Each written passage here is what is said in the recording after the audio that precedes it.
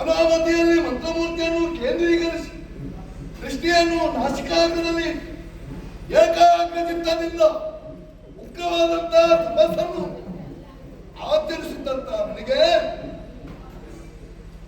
ಒಮ್ಮೆಲೆ ಬಡಿದಂತ ಅನುಭವವಾಯಿತು. ಈ ಲೋಕವನ್ನೇ ತಪಸ್ಸನ್ನೇ ಸಾಗುತ್ತಿದ್ದಂತ ನನಗೆ ಮತ್ತೊಮ್ಮೆ ಈ ಲೋಕಕ್ಕೆ ಬಂದಂತ ಅನುಭವ. ಚಳಿ ಚಳಿ ಬಿಸಿ ಬಿಸಿ ಬಿಸಿ ಬಿಸಿ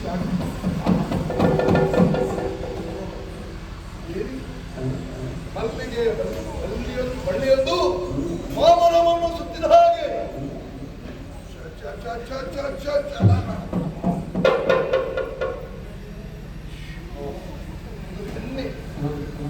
ನೋಡಬಾರದೆ.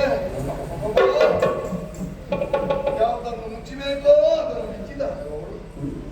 ಆಹಾ, ಮಂದ ಮರುತನ ಮಚ್ಚಿನಂತೆ ನನ್ನ ಎದೆಯನ್ನು ಕೊಚ್ಚುತ್ತಾ ಆ ಕುಚದ್ವಯಗಳು ಎಳೆಯ ತರುಣರ ಅಂತರಂಗದಲ್ಲಿ ಕಾಮದ ಕಿಚ್ಚನ್ನು ಕೆರಳಿಸಿ ಕಾಮಕ್ರೀಡೆಗೆ ಆಹ್ವಾನ ಕೊಡುತ್ತಿರುವಂತ ಆ ಕುಚದ್ವಯಗಳನ್ನು ಕಂಡಾಗ ಬೇಕು ಬೇಕು ಬೇಕು ಎನ್ನುವಂತಹ ಆಸೆ ನೋಡಬರಲಿ.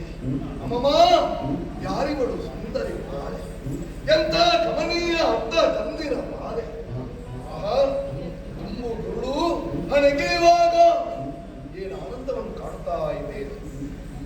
ಕಮಲದಂತಿರುವ ಮುಖಕ್ಕೆ ಮರಿದುಂಬಿಗಳು ಮುತ್ತಿರುವಂತೆ ವಾಸ ಮಾಡುತ್ತಾ ಬಿದಿಗೆಯ ಚಂದ್ರ ಬಾಣಿಂದೆಳೆದು ಇಡಾದ ಗುಡಿದಂತೆ ಕಾಣುತ್ತಾ ಮಣಿ. ಅಪ್ಪ, ಮುತ್ತು ಒತ್ತಿದ ಬಂಗಾರದ ಮನೆ. ಆ ಹುಬ್ಬುಗಳು ಅದು ಕಾಮನ ಬೆಂದು. ಇನ್ನೊಂದು ಓಟ, ಅಯ್ಯೋ ನಿಶಿತ ಕೋರ್ಕಣೆಯಂತೆ ನನ್ನ ಹಿತೆಯನ್ನು ಚುಚ್ಚುತ್ತಾ ಉಂಟಲ್ಲ. ಇಂತಹ ಸೌಭಾಗ್ಯವತಿ, ಇಂತಹ ಸುಂದರಿ ಈ ಗಾಢಲ್ಲಿ ಬಂದಿದ್ದಾಳೆಂದರೆ ಏನಂತ ಇದೆ? ಏನೇ ಆಗಿ ಕಣ್ಣ ಮುಂದೆ ಬಂದಿದ್ದಾರೆ. ಅಪ್ರತಿಮವಾದಂತಹ ಸುಂದರಿ, ಇಂತಹ ಅಪೂರ್ವವಾದಂತಹ ಚಂದ್ರಿಕೆಯನ್ನು ನಾನಿವರಿಗೆ ಕಂಡವನೇ ಅಲ್ಲ. ಈಕೆಯ ಅವರ್ಣೀಯವಾದಂತಹ ವದನವನ್ನು ವರ್ಣಿಸುವುದಕ್ಕೆ ವೇದಗಳಿಗೆ ಸ್ವಲ್ಪ ವಿಳಂಬವಾಗಿದೆ. ಆದರೆ ಬಂದವರಲ್ಲಿ ಮಾತಾಡಿಸಬೇಕಲ್ಲ. ನಾನು ಹೇಗೂ ಈ ಪ್ರದೇಶದಿಂದ ಹೊರವಲಕ್ಕೆ ಹೋಗಿ ಮರಳಿ ಬರ್ತಾ ಇದ್ದೆ.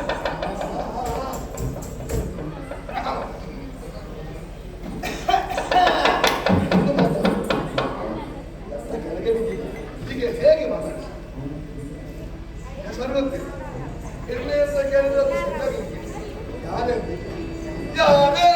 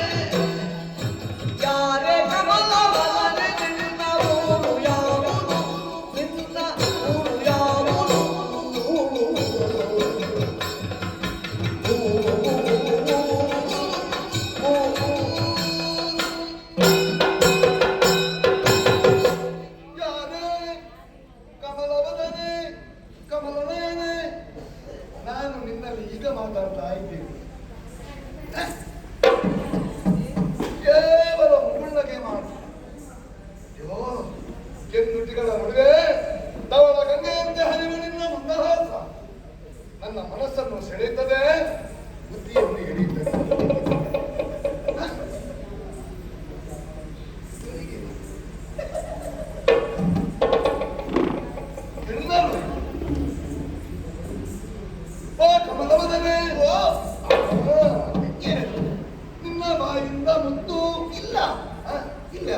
ಹಾಗಲ್ಲ. ಮತ್ತೇನು? ನುಡಿದರೆ ಮುತ್ತಿನ ಹಾರದಂತಿರಬೇಕು, ನುಡಿದರೆ ಮಾಣಿಕ್ಯದ ಕಿವಿಯಂತಿರಬೇಕು, ಕವಿಯೋ ನುಡಿದರೆ ಸ್ಫಟಿಕದ ಸಲಾಕೆ ಅಂತಿರಬೇಕು. ಶಹಬಾಸ್. ಕೇವಲ ನಿಮ್ಮ ಮುಕ್ಕಾರದಿಂದ ನೋಡು ಒಂದು ಸಾಹಿತ್ಯ ಪ್ರಪಂಚವನ್ನೇ ರಚಿಸುವಂತಹ ಮನವಾಗಿ ಬರೀಬಹುದು ನಿಮಗೆ. ಹಾಗೆಲ್ಲ ಮತ್ತೆ ನಾನು ಈವರೆಗೆ ಹಾ. ನಿನ್ನನ್ನು ಇಲ್ಲಿ ಕಂಡವನಲ್ಲ, ನಿನ್ನನ್ನಲ್ಲ ಯಾವ ಹೆಣ್ಣನ್ನು ಈ ದಟ್ಟವಾದಂತಹ ಅಡವೆಯಲ್ಲಿ ನಾನು ಕಂಡವನಲ್ಲ. ನೀವು ಕಣ್ಣು ಮುಚ್ಚಿದ್ರೆ ಕಾಣುವುದು ಹೇಗೆ? ಹಾಗಲ್ಲ. ಏನು? ವಿಶ್ವಾಮಿತ್ರ ತಪಸ್ಸನ್ನೆಸಗುತ್ತಾನೆಂದು ಗೊತ್ತಾದ ಹಾ.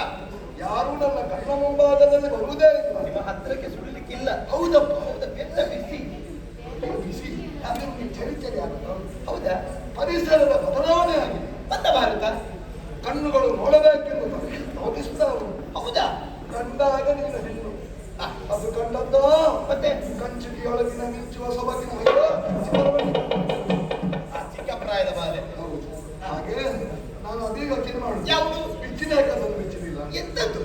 ಆ, ಯಾವುದನ್ನು? ಮಾತು. ಹೌದು. ಹಾಗೆ ಹಾಗೆ ನಿನ್ನಲ್ಲಿ ಮಾತಾಡಿಸುವಂತ ಆಸೆಯನ್ನು ಮುಂದುವರಿಸಿ.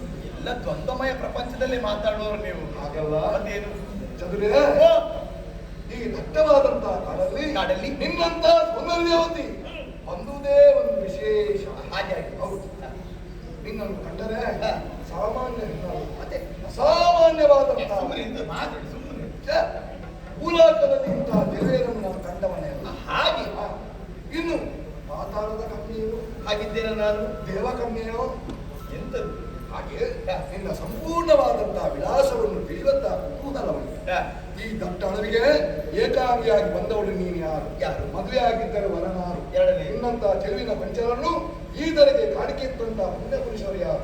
ಸುರ ನರ ಯಕ್ಷ ಸಿದ್ಧ ಸಾಂಗ ವಿಚಾರ ಕಿನ್ನರ ವಿಪುರುಷ ಗೌಡ ಗಂಧರ್ವ ಈ ಬಗ್ಗೆ ಓ ನಂಗನಾರಗ್ನಿಯೇ, ನಿನ್ನ ನಾಮವೇನು? ಊರಲ್ಲಿ ಯಾಕೆ ಬಂದಿ? ಇಂದ್ರಪುರದಿ ಮೇಯನಗೆ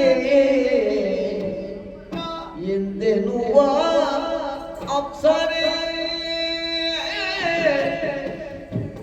ಇಂದ್ರಪುರದಿ ಮೇನಗೆ ಎಂದೆನ್ನುವ ಅಪ್ಸರೆ.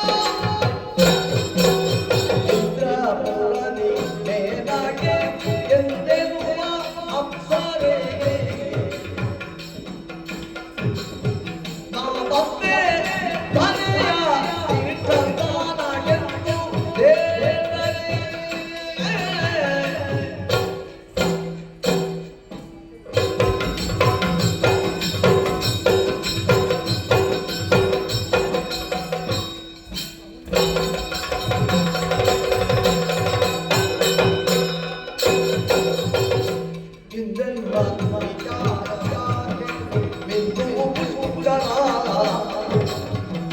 ಎಂದೆಂಬ ಪೀಠದಲ್ಲಿ ದೇವೇಂದ್ರ ಮಂದಿರ.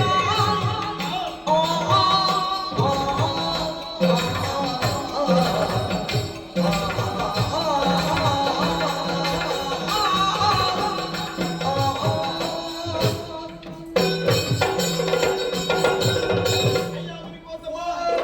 ವಂದಿಸಿಕೊಂಡಿದ್ದೇನೆ. ಶುಭವಾಗಿ ಮಗನ ವರ್ತಿಸಿಕೊಳ್ಳುತ್ತಾ ಇದ್ದೇನೆ. ಶುಭವಾಗಲಿ ಶುಭವಾಗಲಿ. ಸಾಕಾಗಿ ಅಡ್ಡ ಬಿದ್ದಿದ್ದೇನೆ. ಎಷ್ಟು ಮಾಡಿದ್ರೆ ನಿಮಗೆ ಕಡಿಮೆ? ಏನು ನೋಡುದು ಎಷ್ಟು ಸಲ ವಂದನೆ ಮಾಡಿದ್ರೆ ಕಡಿಮೆ ಅಂತ ನನಗೆ ಭಾವ. ಆಗಲಿ ನಿನ್ನ ದೊಡ್ಡ ಭಾವನೆ. ನಿಮ್ಮಂತ ಪುಣ್ಯಾತ್ಮರು ಕಾಲ್ಬೇಕಿದ್ದಾದ್ರೆ ಯೋಗ ಹೋಗ್ಬೇಕು, ಭಾಗ್ಯ ಹೋಗ್ಬೇಕು. ನಿನಗೆ ಆ ಭಾಗ್ಯ ಒದಗಿದೆ. ಆಡಿ ಬಿಟ್ಟಿರಲ್ಲ ನೀವು ಹಾ. ಪರಿಚಯ. ಹೌದು. ನಾನು ಇಲ್ಲಿ ಅವಳಲ್ಲ. ಅದಕ್ಕೆ ಮೊದಲೇ ಗೊತ್ತಾಗಿದೆ. ನಿಮ್ಮ ಊಹೆ ಸ್ಪಷ್ಟವಾದದ್ದು. ಹಾ. ಹಾಗಂತೇಳಿ ಕೇಳಿಬಿಟ್ಟಿರಲ್ಲ ನೀವು. ಹಾ. ಭೂಲೋಕದ ಹೆಣ್ಣಾದ್ರೆ ನಾನು ಇಲ್ಲಿ ಇರ್ತಾ ಇರ್ಲಿಲ್ಲ. ಖಂಡಿತ ಈ ದರ್ತನಕ್ಕೆ ಯಾಕೆ ಬರ್ತಾರೆ? ಹೌದು. ಮಾತಾಡೋದನ್ನು ಖಂಡಿತ ನಾನಲ್ಲ. ಸಣ್ಣ ನೋಡುವಾಗಲೇ ಗೊತ್ತಾಗಿದೆ. ಗೊತ್ತಾಯ್ತಲ್ಲ? ಹೌದು. ಹಾಗಂತೇಳಿ ಹಾ.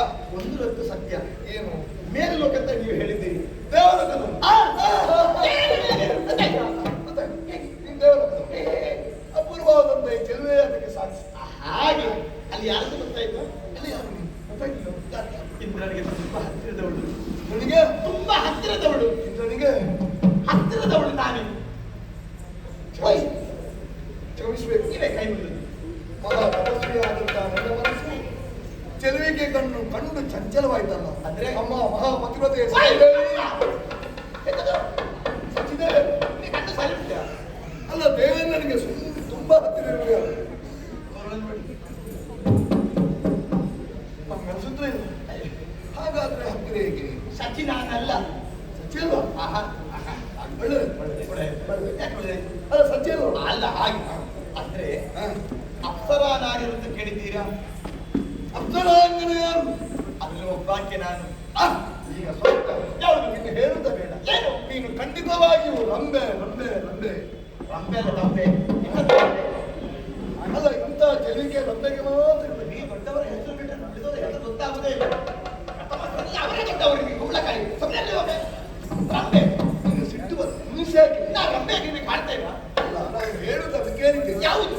ಸ್ವರ್ಗಲೋಕದಲ್ಲಿ ರಂಬೆ ಎಂಬುವಳು ಅಪ್ರತಿಮವಾದಂತಹ ಸುಂದರಿ.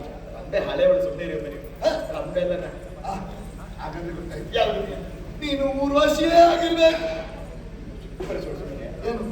ಎಂತ ಊರ್ವಶಿ? ಊರ್ವಶಿ ಅಂದ್ರೆ ಹೀಗೆ ಇರ್ತಾರಲ್ಲ. ಅಲ್ಲ ಅವಳು ಯಾಕಂದ್ರೆ ಹೀಗೆ ಊರ್ವಶಿ. ಊರ್ವಶಿ ಅಲ್ವಾ? ನಾನಲ್ಲ. ಆಗಾಗ ಕಿಲೋತ್ತನೆ. ಇದು ಗೊತ್ತುಂಟ? ಉಳಿದ ಹೆಸರು ಗೊತ್ತುಂಟ? ಉಳಿದ ಮಂಜುಘೋಷೆ, ಗದಾಜಿ, ಅಲಂಬಸೆ. ನೀವು ಮೇಲಿಂದ ಕೆಳಗೆ ಬಂದು ಕೆಳಗಿಂದ ಮೇಲೆ ಹೋಗುದಾ? ನೀನು ಕಂಡಾಗ ಹಾಗೆ ಹಾಗೆ. ತಳಮಳ ತಳಮಳ. ನಾ ಹೇಳ್ತೇನೆ. ಹಾಗೆ ಹೇಳ್ತೇನೆ. ನೀವು ಮೇಲಿಂದ ಸ್ವಲ್ಪ ಕೆಳಗೆ ಬನ್ನಿ. ರಂಬೆ, ರಂಬೆ, ಊರ್ವಶಿ, ಊರ್ವಶಿ, ಆ, ಆ. ಮೇ ಮೇ ಮೇ ಮೇ ಮೇ ಮೇ ಮೇ. ನಾನೇ ಮೇಲಕ್ಕೆ. ನಾನೇ ಮೇಲಕ್ಕೆ. ನೀನು ಸ್ವರ್ಗ ಬಿಟ್ಟಿದ್ದೀಯ. ಕಾರಣ ಏನು? ಪುಷ್ಕರಣಿಯಲ್ಲಿ ನಿಂದು ಹೋಗಬೇಕೆನ್ನುವ ಕಾರಣಕ್ಕಾಗಿ ಆ. ಈ ಪುರವನ್ನು ಸೇರಿದವಳು ನಾನು. ತೀರ್ಥಸ್ಥಾನಕ್ಕೆ ಆಯ್ತು, ತೀರ್ಥಸ್ಥಾನ ಆಯ್ತು. ಹಾ. ತೀರ್ಥಸ್ನಾನ ಮಾಡಿ ಹಾ. ಆದಷ್ಟು ಬೇಗನೆ ಬಳ್ಳಾರಿಪುರ ಸೇರಬೇಕೆನ್ನುವ ಕಾರಣಕ್ಕಾಗಿ ಈ ದಾರಿಯಲ್ಲಿ ಬರುವಾಗ ನೀವು ಸಿಕ್ಕಿದ್ದೀರಿ. ಹಾ. ಹೇಗೋ ಮಾತನಾಡಿದ್ದೀರಿ. ನಿಮ್ಮಿಂದ ಆಶೀರ್ವಾದ ಪಡೆದಾಯ್ತು.